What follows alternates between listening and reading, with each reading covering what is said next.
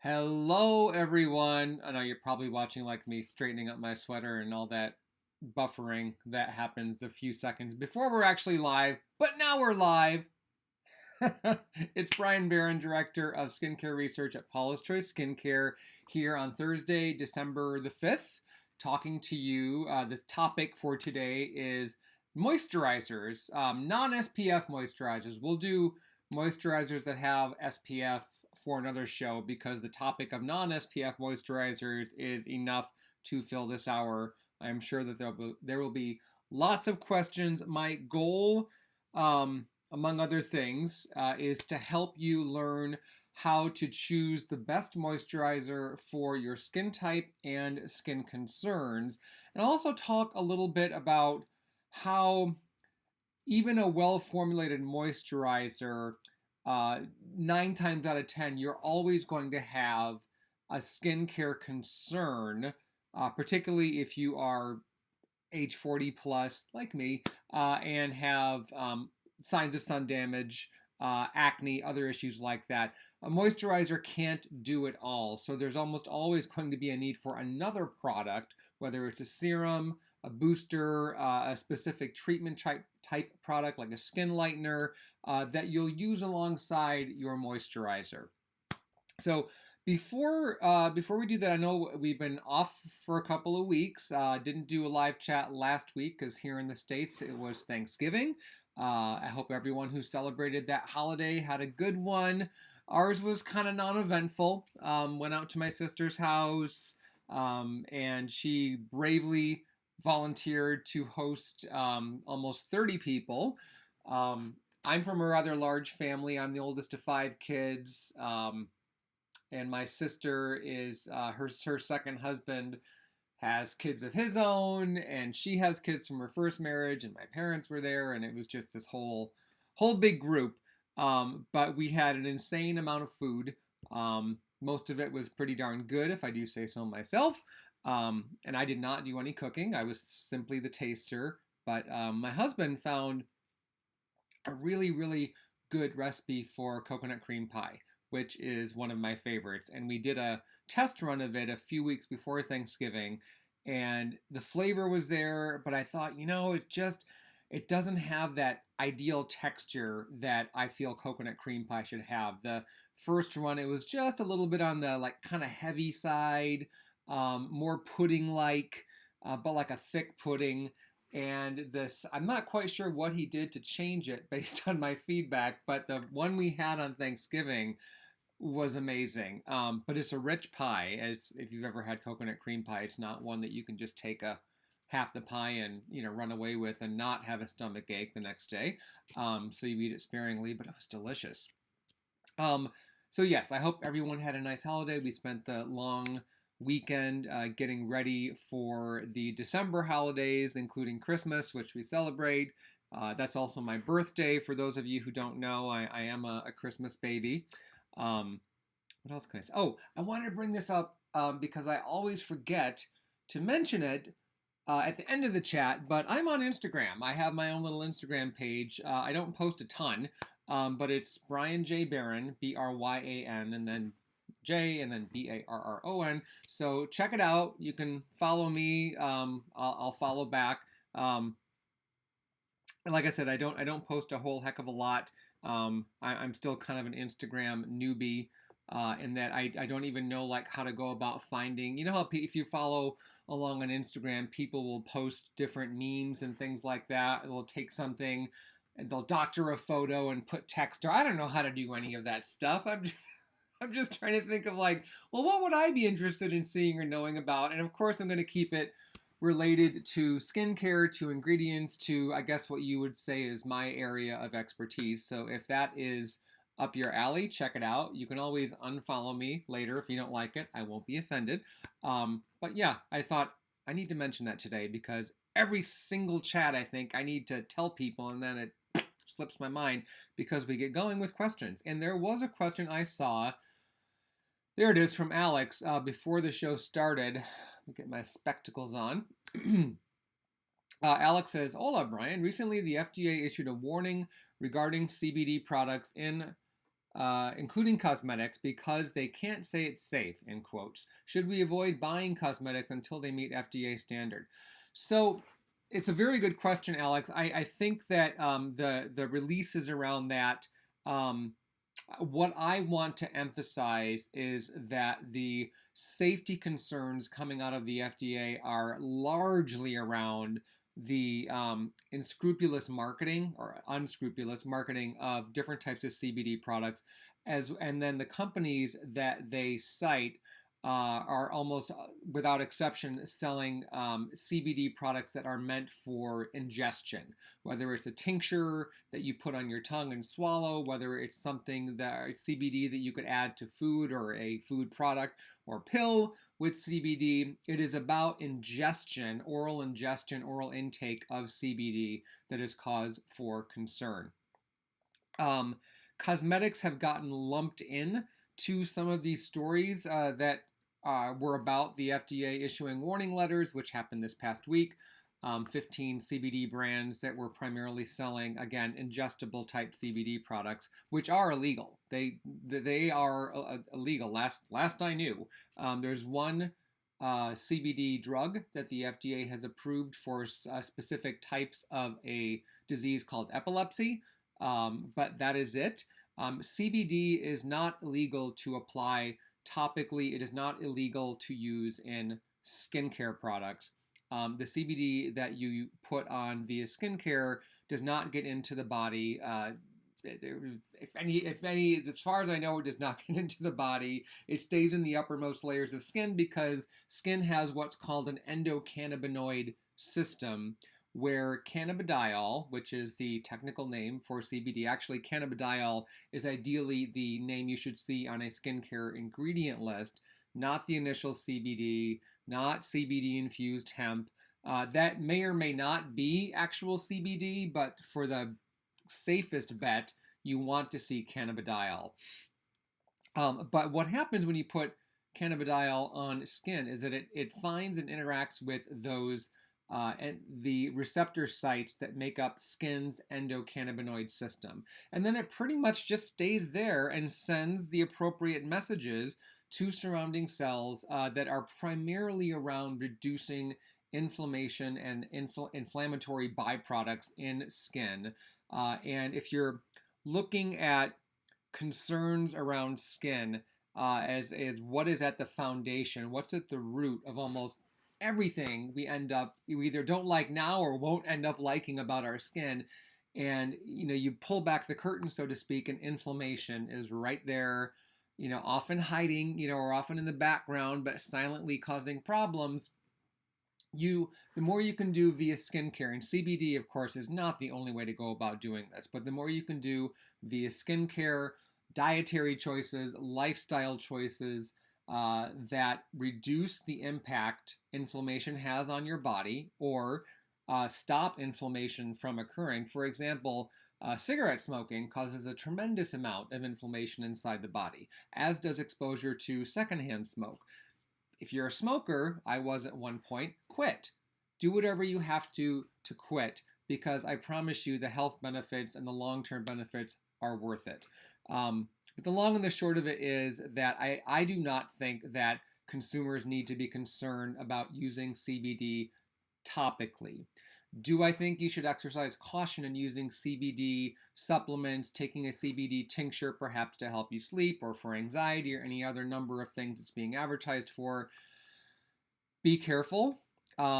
It's not something that I can recommend carte blanche. I would absolutely urge you to discuss any type of supplement you're considering with your healthcare provider and follow his or her advice, or at the very least consult. I don't want to belittle the profession at all, but ask a pharmacist, particularly if you are taking prescription medications, because CBD, even though it is not intoxicating like THC from marijuana, CBD inside the body can have some effect on the brain and other systems. Again, skincare application, topical use, I'm not worried about. I think that, I've been using a CBD skincare product myself. Our Skin Transformative CBD treatment milk, which you can get on a separate website. or Nordstrom when they get it back in stock. They ran out of their first. Nordstrom had they're one of our retail partners, and they had the exclusive launch on that product. So yes, Alex, I hope that answered your question. Let's get to, I'll get to some more questions as I see them piling up, but let me give you a quick overview on the topic of non-SPF moisturizers. That's why we're here. So, moisturizer isn't often what we traditionally think it is. It doesn't necessarily have to be a lotion or a thick cream. It doesn't have to come in a jar. In fact, shouldn't come in a jar, because if you're using the type of formula for moisturizer that I think everyone should be using, it's what the research shows, it's what's best. Most of the ingredients that we're going to be talking about in terms of what makes a great moisturizer, they don't do well in clear or jar packaging because they are light and air sensitive, which essentially means you buy, for example, an antioxidant-rich moisturizer, from the very first moment you take that lid off, those delicate ingredients are exposed to air and light, and they start breaking down. How long that takes to happen, which may or may not fare better than others, that's something that I can't specify, because it would be about each individual formula, what else is used to support it. But it's one of those things that you just don't want to take a chance on. Sort of like skipping SPF because, well, it's kind of cloudy out and it might rain. That doesn't mean that there isn't daylight that's posing a threat to your skin. So what makes a great moisturizer in terms of the general overview? We like them to include everything I'm telling you is based on what the current published research has shown is the best for skin. This isn't my opinion. This isn't what I like seeing in a moisturizer. And if you like something else, we can just agree to disagree. Of course, you can always use whatever products makes you happier. Our job is to tell you what the research says and to help you make the best decision for you. And in terms of a non-SPF moisturizer, the three categories of ingredients, and some of you will likely know this, are antioxidants, skin replenishing ingredients, and skin restoring ingredients. So those are the three biggies that you want to see alongside the workhorse ingredients that give a cream its texture, a liquid its texture, that give products their slip. Ingredients like thickeners, emulsifiers, texture enhancers that make and there's a huge variance in those types of ingredients and how they can be combined to result in certain desirable aesthetics. There are a ton of moisturizers out there that just feel amazing. And I think part of the reason that some of us get caught up in experimenting with different moisturizers is because so many, it's almost like sensory overload. Some of them just feel so great. One of my newer favorites from Paula's Choice is the Omega Rich Complex Moisturizer. And I'm still impressed with how our chemists were able to come up with what I call a souffle-like texture. It dispenses almost looking like a thick toothpaste, but when you put it on your skin, it feels like an airy cloud, but it's really nicely hydrating. It feels protective on the skin. I've been using that one the last couple of weeks, pretty much every night, because of my skin has gotten noticeably drier as the humidity in my part of the world has dropped. And the humidity in our house is lower than usual, despite what we do to keep it in the ideal range for a house in our part of the world. So, antioxidants, there are several. I know it's easy to get caught up in trying to find which one or which two are the best or the most potent or neutralize this free radical and or help against blue light. They do a lot of different things. So what you want to see in your non-SPF moisturizer is a mix of antioxidants. They have different actions. Some are water soluble, some are oil soluble, some are better at neutralizing one type of free radical, but then there's another antioxidant that works better against a different type of free radical. There's more than one, which is why one more reason we like seeing a blend, a cocktail, if you will, of antioxidants versus just one single antioxidant. In terms of skin replenishing ingredients, that would be, that is essentially the mix of ingredients that occur naturally in skin as part of its intercellular matrix that help form, keep strong, and maintain skin's vital barrier function. So examples of these types of ingredients would be glycerin, cholesterol, fatty acids. There's different fatty acids in skin, cholesterol being one, ceramides being a type of sphingosine. Skin's barrier is composed of about 50% ceramides. So ceramides are very important and nice to see in products. Omega fatty acids we put into this group, even though not all of the omegas occur naturally in skin. Some of them do, some of the omega-6 ones do. What else would be part of that list? Hyaluronic acid, sodium hyaluronate, sodium PCA, mucopolysaccharides, really any of the various saccharide type ingredients, even if it's not exactly what is in the intercellular matrix, if it has a similar functionality, it kind of works in what we call a, how are we calling it? I'm just had like a brain dry or a brain, I don't want to say, well, yeah, it was a brain fart. Skin natural ingredients, which are ingredients that you put on topically and your skin recognizes them and knows what to do with them. So that's the basic list of skin replenishing ingredients. Skin restoring ingredients are a smaller group. Another name for them is cell communicating ingredients, and those would include retinol, various peptides, adenosine, niacinamide, lecithin, carnosine, just to name a few. But the biggest group in skin restoring, the biggest subgroup would be, and I said retinol, fairly certain, if not retinol, but the biggest subgroup would be the peptides, simply because there are so many of them. And essentially what this group of ingredients do that's so exciting is that they can talk to other skin cells that may be misbehaving or sending out the wrong messages. Actually, going back to the beginning of the show, cannabidiol I would consider a skin restoring ingredient as well, given that there are endocannabinoid receptor sites in skin for that ingredient. And it does also talk to cells and can say, hey, stop sending out that message that's causing this inflammation that's leading to this redness or this other visible symptom on skin surface. And then when the cell hears that message and responds accordingly, you will see an improvement in your skin, depending on what the message is and all of that, but you'll see an improvement. So that is what makes skin restoring ingredients so fascinating. We're learning more about them as time goes on and how skin utilizes them. All of these ingredients, not too surprisingly, they are abundant, generally speaking, in young, undamaged skin. And by undamaged, I mean skin that has had limited to no environmental exposure. Obviously, we all live in the real world.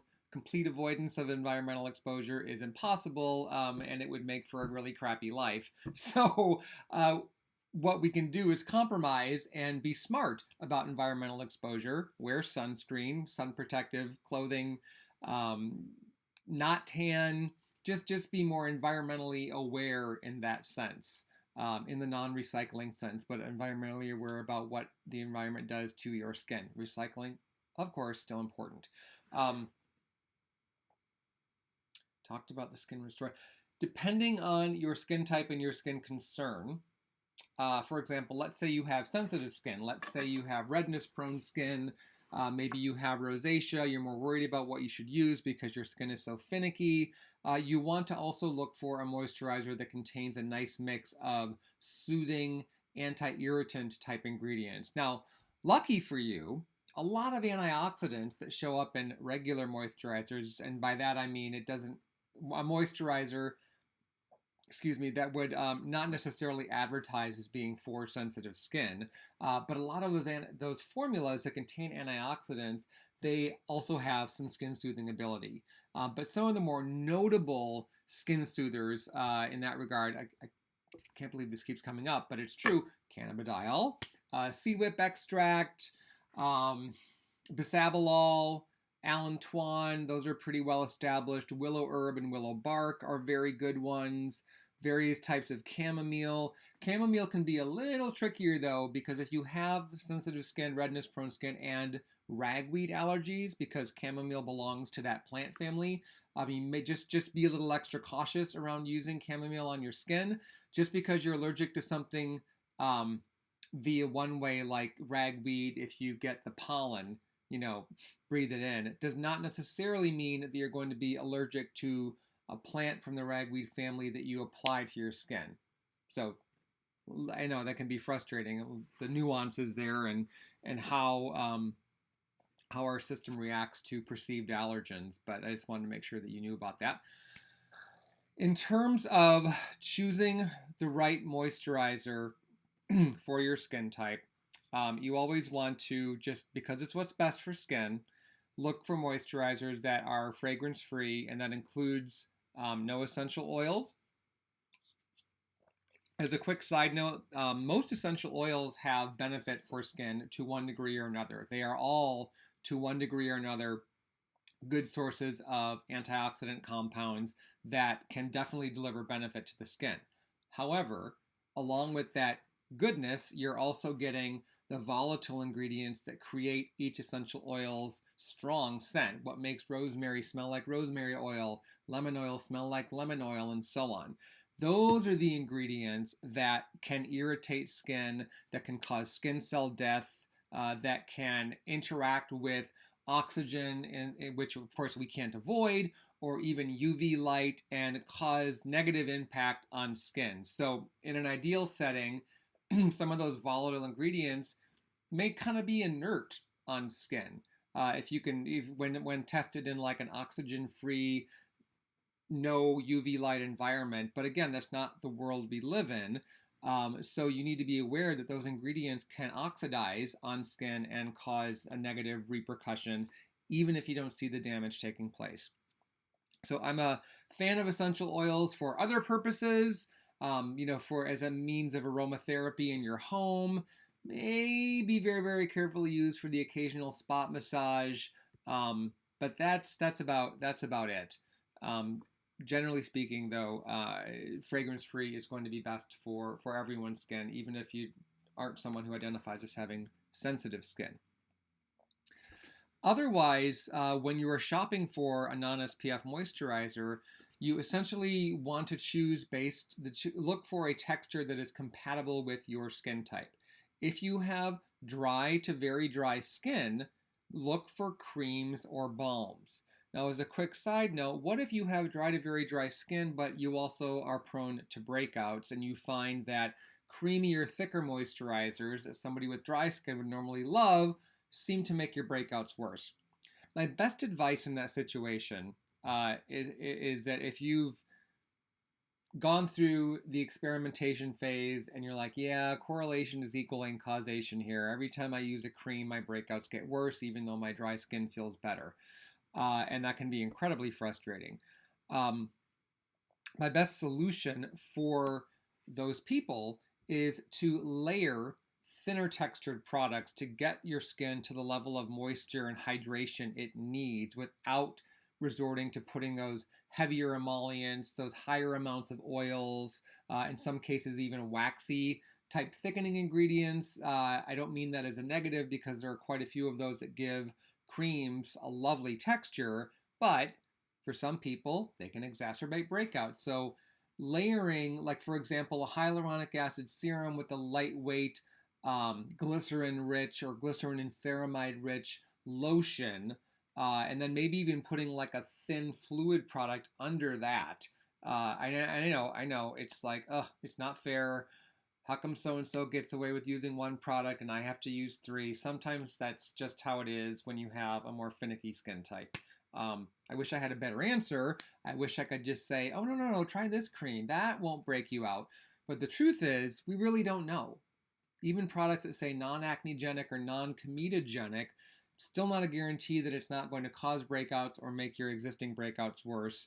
And specific to those two claims, non-comedogenic, non-acnogenic, which essentially mean the same thing, there are no regulations behind them. Any product, Crisco, vegetable shortening, butter, lard, you can put those in a skincare product and say it's non-comedogenic, it's not going to give you acne. And you don't have to do anything to prove that it won't do that because those terms aren't regulated. So that means if you are prone to breakouts, regardless of your skin type, you will have to do some experimenting, oftentimes more than once, until you find that secret sauce in terms of the right texture for you, the level of hydration you need, what's going to work well under your makeup. It's a big topic.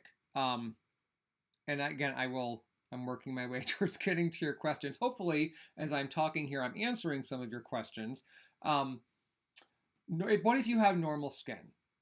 You know, you're not too oily or no oil at all, but your skin doesn't feel uncomfortably dry, not really concerned about pores or breakouts or redness or sensitivity. Your skin's just normal. If you do nothing to it, it still seems to act the same. That is, we call that the unicorn skin type because even if you're enjoying it now or have been enjoying it for a while, chances are very, very good that it won't last. At some point, your skin is going to change. New concerns are going to develop due to the passage of time. You could develop a skin disorder or other type of an ailment that's going to require some topical treatment, and your skin will technically no longer be classified as normal. But for those who have normal skin right now, do you need a moisturizer is the question, and maybe you don't. Maybe a toner or serum combination, because those can and do contain hydrating ingredients, that could be plenty in terms of giving your skin moisture, in terms of making it feel smooth, soft, supple, protected. When I say protected, just to clarify, I'm not talking about like protected from sunlight. It's more protected against moisture loss or water loss. A big cause of just a big reason people have dry skin is that for one reason or another, their skin has lost the ability to adequately maintain its own hydration or to be able to hold on.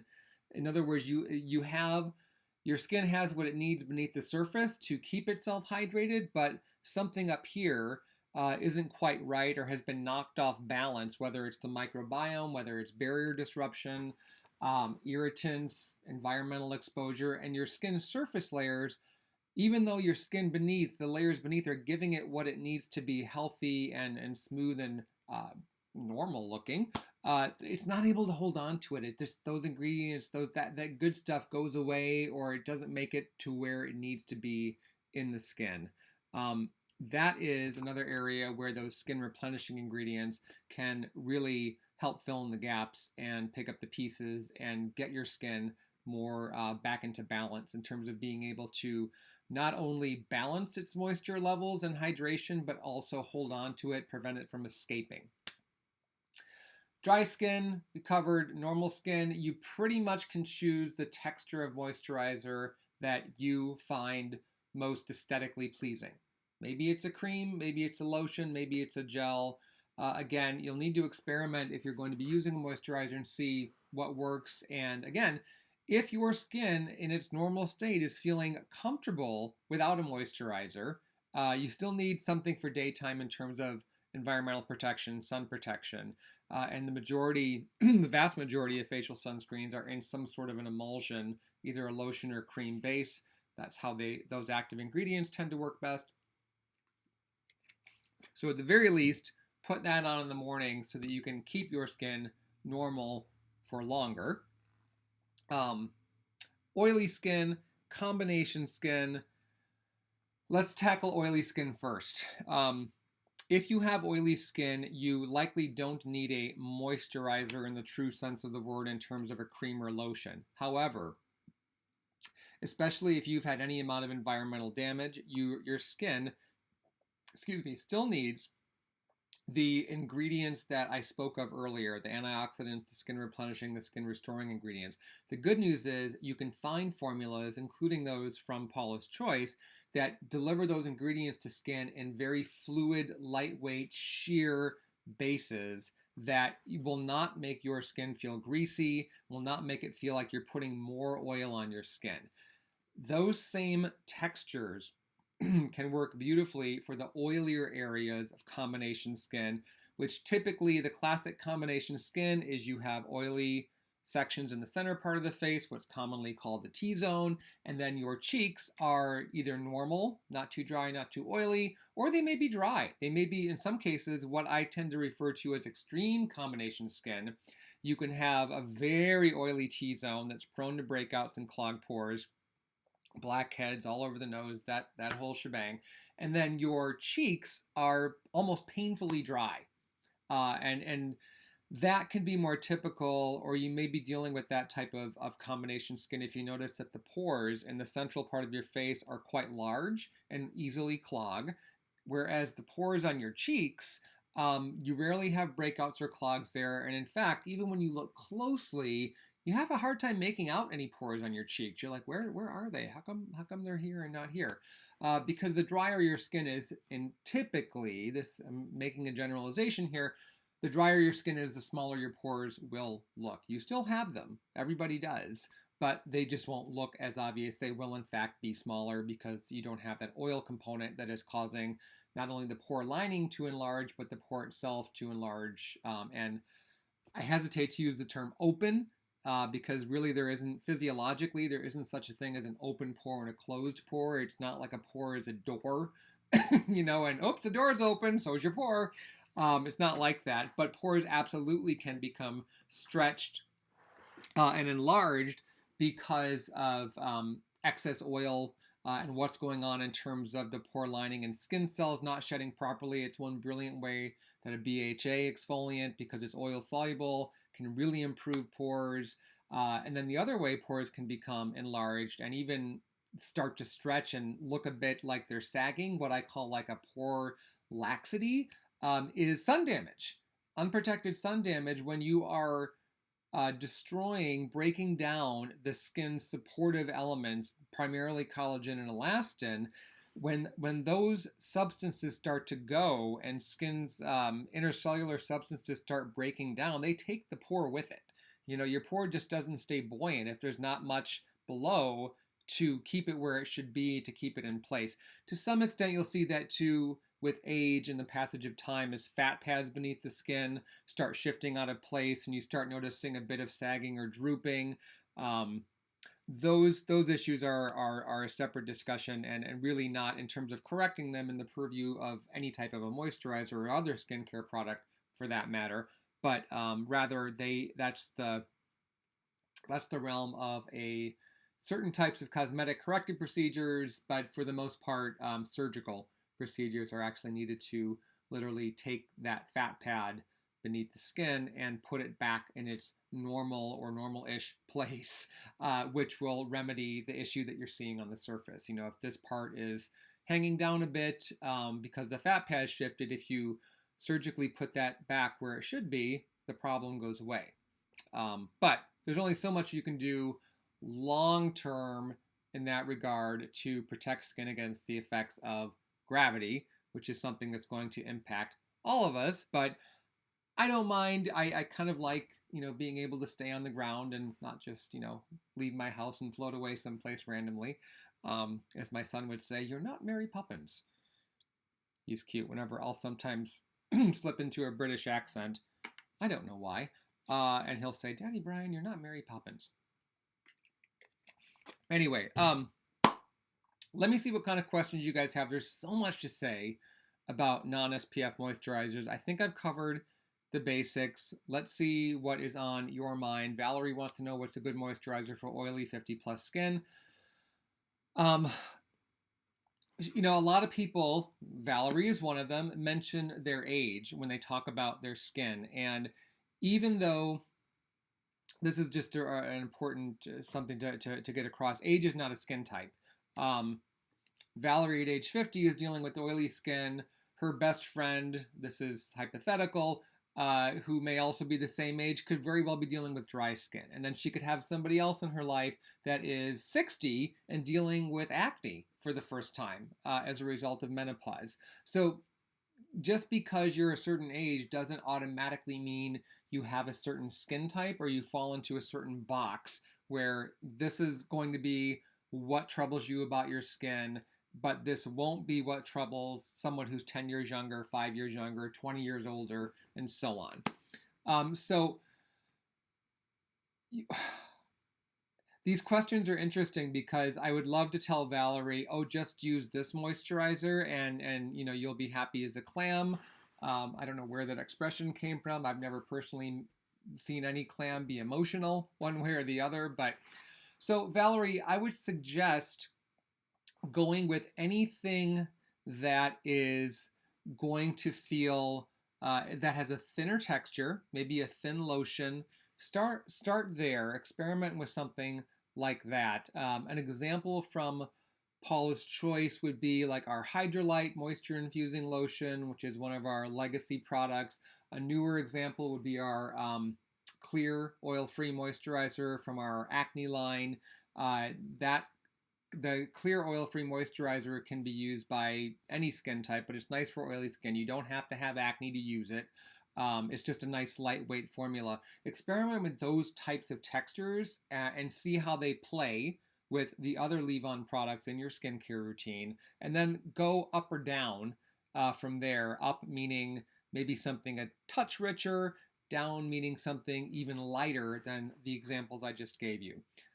The other thing to keep in mind is that even when you are using a lighter weight gel type thin lotion, fluidy moisturizer for oily skin, you probably don't need that much of it. If your skin is producing enough of its own oil, it really comes down to getting those other great ingredients, those non-moisture ingredients that skin still needs, onto your skin. Now, another option, Valerie, would be to consider you having a toner be your moisturizer and using a toner that's packed with anti-aging ingredients such as the toner in our Resist line for normal to oily skin. And I am blanking. I know when that's on the skin balancing line, it's our Weightless Advanced Repairing Toner. That would be an excellent moisturizer type product for someone your age with oily skin to deal with, because you're likely to the point, like I am, where the more of those antioxidant and skin replenishing and skin restoring ingredients that you can give your skin, the better it will be. Okay, moving on here. Dina says, hi Brian, what moisturizers would be good to use on dry skin over tretinoin? Also, can Paula's Choice 2% BHA lotion be used on the morning when a tretinoin won't be applied that night? For the BHA question, yes, but I would also say that you can also apply BHA at the same time as tretinoin, or the same day you use it. The only reason to avoid that is if you know from your own experience that applying those two types of products too close together or on the same day causes issues, and that may well be the case for you. So to answer your specific question, yes, that's fine regarding the BHA. In terms of a moisturizer for dry skin to use over tretinoin, because it's at least in the first sometimes 2 to 4 weeks of using tretinoin, which is the prescription form of retinol, skin can react negatively. It gets more sensitive. You might see some flaking. There's some amount of disruption going on, and you generally want to go for a richer, creamier moisturizer. So as an example, from our line, the Skin Recovery Replenishing Moisturizer would be what I recommend. If you want something that is going to be highly moisturizing but not so creamy, check out the moisturizer from our Earth Sourced line. The Earth Sourced Perfectly Natural is a purely refreshing toner. We have so many, it's hard to keep all these names straight. But there's only one non-SPF moisturizer in Earth Sourced, and that has some heavy-hitting ingredients for dry skin, but it doesn't feel heavy. It's actually kind of an interesting micro oil dispersion technology that's woven in to that very natural moisturizer. We probably don't talk that one up as much as we should. It's actually a really cool formula. But if you want a straight up lush feeling cream, the Skin Recovery Replenishing Moisturizer, I would avoid our creamier moisturizers that have retinol in them. If you've noticed that you're going through some sensitivity to tretinoin, it doesn't make sense to add retinol to the mix because that could exacerbate what's going on with the tretinoin. So not that you can't use retinol and tretinoin products at the same time or alternate them, but at least wait, if you're new to tretinoin, wait until you're over that irritation hump that a lot of us go through with tretinoin. I did when I used it years ago. Now I just rely on retinol. But yeah, and then if you want to add a moisturizer with retinol to your routine, you can experiment with that and see if you get even better results. You might not. Got to experiment. Little Miss Chatterbox says, "Evening all. Evening, Little Miss Chatterbox. How are you?" Mila asks, "Can I mix 2 mineral SPF products, or is it best to just layer them?" Sorry for SPF question on not SPF topic. That's okay. I generally don't advise people to mix sunscreens because when you do that, squirt, squirt of one, pump, pump of another, mix in your hand, and then put on your face, I worry that you're disrupting the SPF values enough and that there could be some compatibility issues between the formulas that then in turn impact how well that product protects your skin from sunlight. And because that is unprotected sun exposure in terms of skin health and skin appearance is quite literally public enemy number one. What's most important to me in terms of a daytime moisturizer is that you're getting that sun protection. So what I would advise is simply putting one on after the other. When you do that, because you're not technically mixing them, you're just layering them, you can, just to be clear, if one mineral product is SPF 15 and the other is SPF 40, you're not getting SPF 55. You are getting a total greater amount. Because you're putting on a higher amount of the active ingredients, you are getting a higher sun protection factor than what the highest SPF between the two of them would be, but we just don't know how much higher. Okay, got some happy responses here. Dimitar says, "Hey Brian, I have huge problem with blackheads. I use PC only products. The BH 2% liquid and the 4% BHA twice a day, both of them for 3 months. They are still there. Can't get the 9% in Europe's. Know what to do." So my general advice for this situation, and I've been there too, is to see an esthetician for professional blackhead extractions. Some blackheads can just be stubborn, particularly if you've had them for a while. Maybe you've tried other products like scrubs or pore strips to get rid of them, and of course those didn't either they didn't work at all, or they didn't work nearly as well, or maybe like in the case of a pore strip, you saw some immediate improvement, but much like I liken pore strips to mowing over weeds on your lawn as opposed to going weed to weed and pulling them out, root and all, because that's the only way to assure that you really got it. If you just mow it down so it's level with your grass, the weed is still there. It's going to come back. And that's kind of how pore strips are with blackheads. They can, because of their adhesive properties, they can rip off. And sometimes, you have to be gentle with those because you can injure your skin. They'll lop off that top portion, the uppermost portion of the blackhead. Clay masks, absorbent clay masks can have this benefit as well. And actually, if it's a nicely formulated clay mask, it's a much gentler option than any pore strip. But you just need to understand that because you're not getting to the root of the problem, that blackhead is going to be back in a short amount of time. An esthetician can, pardon the expression, dig deeper with special tools, and because of their training and because they do this for a living, and they should be, the extractions really shouldn't hurt. I've had extractions in the past where I've actually told the esthetician to stop because it was just, she was using too much pressure. I would at first say, can you be a little bit gentler? And oh yeah, of course. And then it just didn't work. The one that I go to now, who does extractions before, I'm sorry. she'll do extractions of blackheads on my nose after I have a peel. And she doesn't get as much out. I know not to get too gross here. She doesn't get as much out because I routinely use a BHA exfoliant. But if you're new to BHA, or even if you've been using it for a while, but you've had those deeper rooted blackheads, sometimes getting those professional extractions can really help, because essentially by clearing that plug completely out of the pore, the ongoing use of the BHA exfoliant will stop that backup and the clog that leads to a blackhead from happening again. So at that point, once you've had the extractions done and your pores are clear, you use BHA, and you probably don't need to use the 4% as often as you have been. You could probably just go into what I call maintenance mode with the 2% liquid. However, totally fine to alternate between those, particularly if you like the pore refining 4% BHA and what that does for your skin overall. I think that can do amazing things for pores, so I'm all for using both of them. But if you're just as an aside, if you're thinking I want to whittle it down, maintenance mode would be the 2% BHA liquid.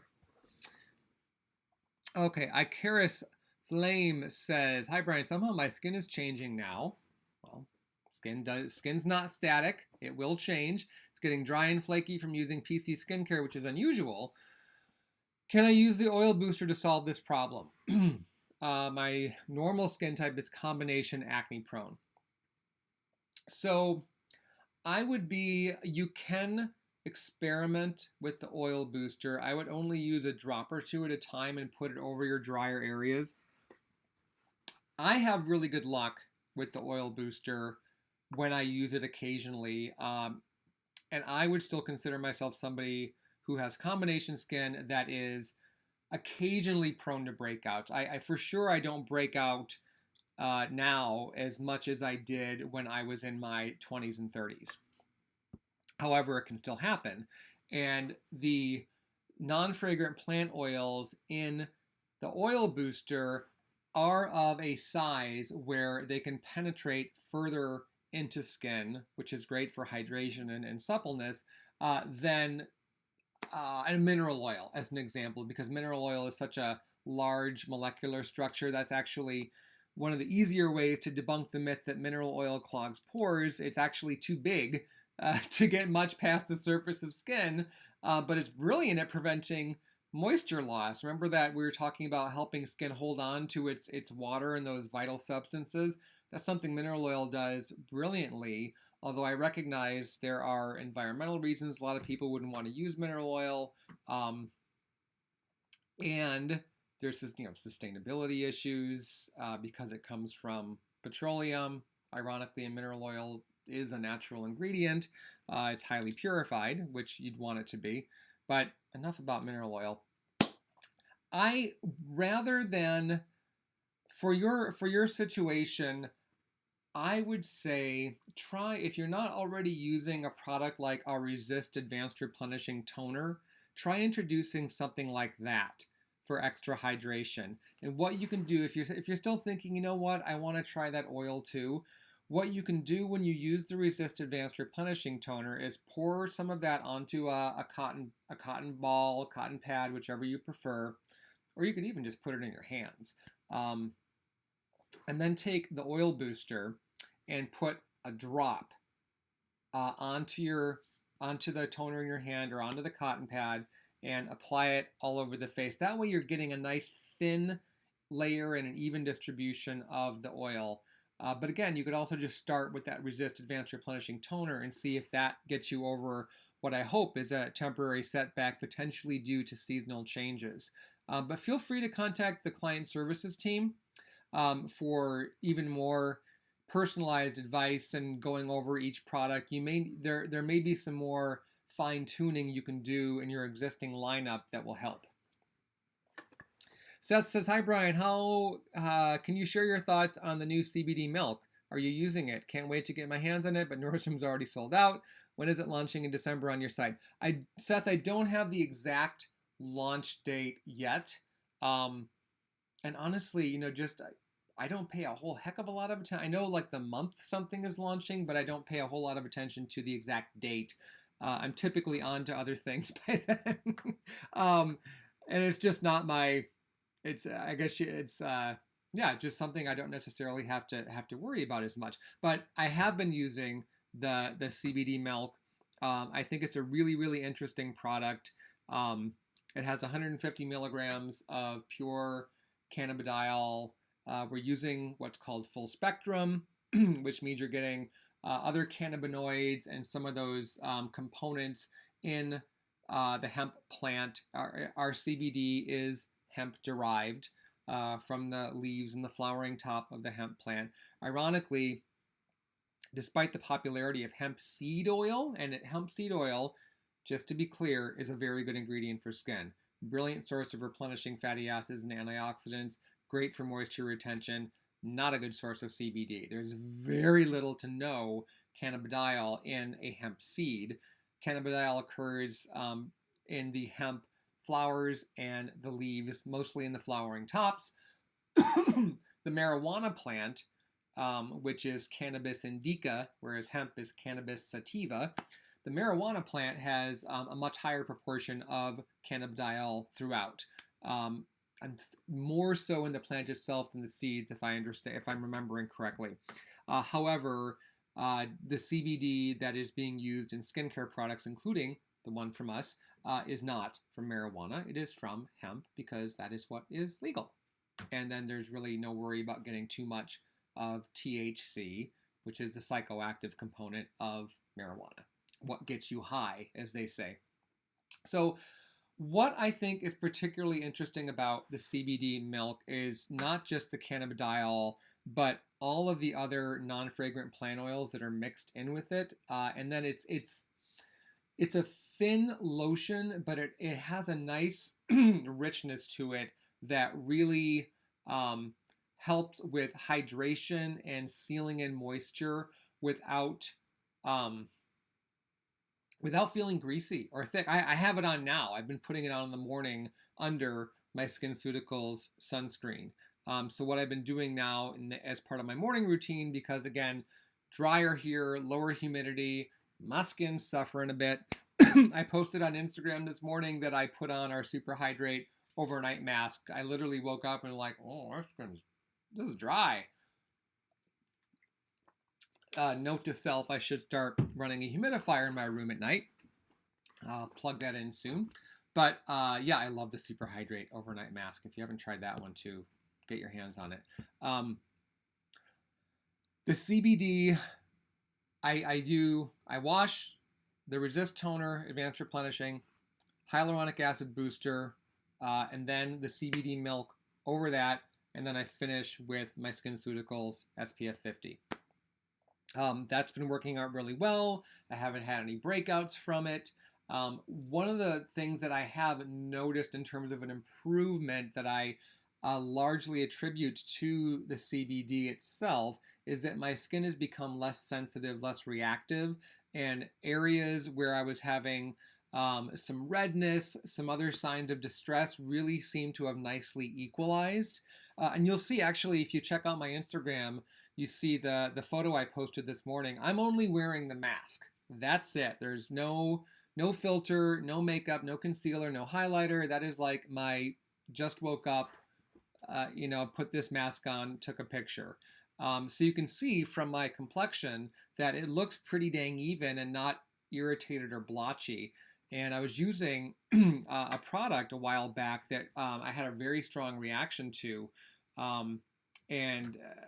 The combination of the CBD milk, it wasn't the CBD milk that caused the reaction, I know what it was.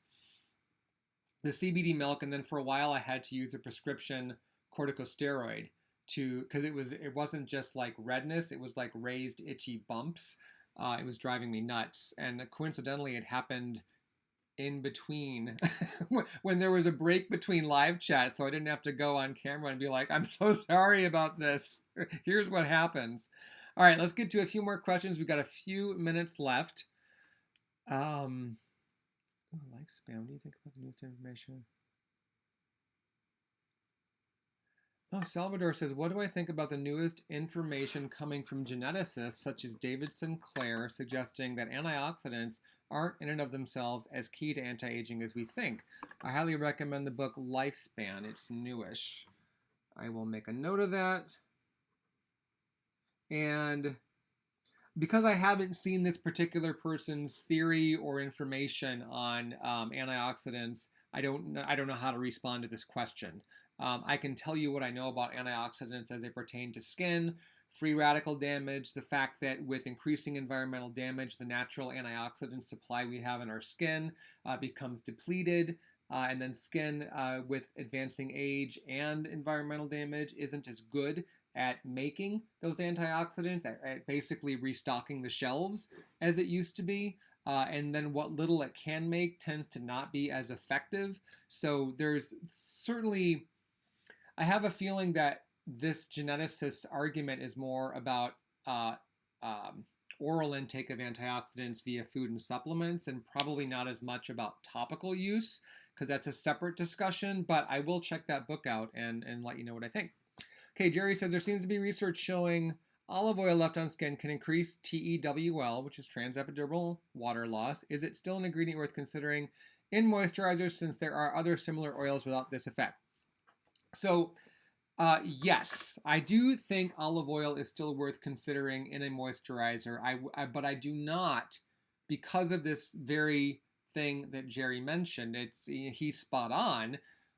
Pure olive oil applied to skin, because it doesn't have a great ratio it doesn't have a good balance of fatty acids, and it's high in an ingredient called oleic acid, which can actually cause barrier perturbation or barrier disruption. So there was a comparative study where they looked at pure olive oil and I believe it was safflower or sunflower oil, and I think the study was done on infant skin, infants who had atopic dermatitis, if I remember correctly. And the olive oil caused quite a bit of problems, whereas the safflower or sunflower oil, whichever one it was, showed improvements. There was no barrier disruption. It was all good stuff. So I don't recommend, for that reason, using pure olive oil on your skin. If you're into, like, I just want to use that single oil, it's natural, I know what I'm getting, there's no question about it. Don't do that with olive oil. Use safflower, sunflower, almond, jojoba, evening primrose. There's a ton of grapeseed. There's a ton of them, but not olive oil.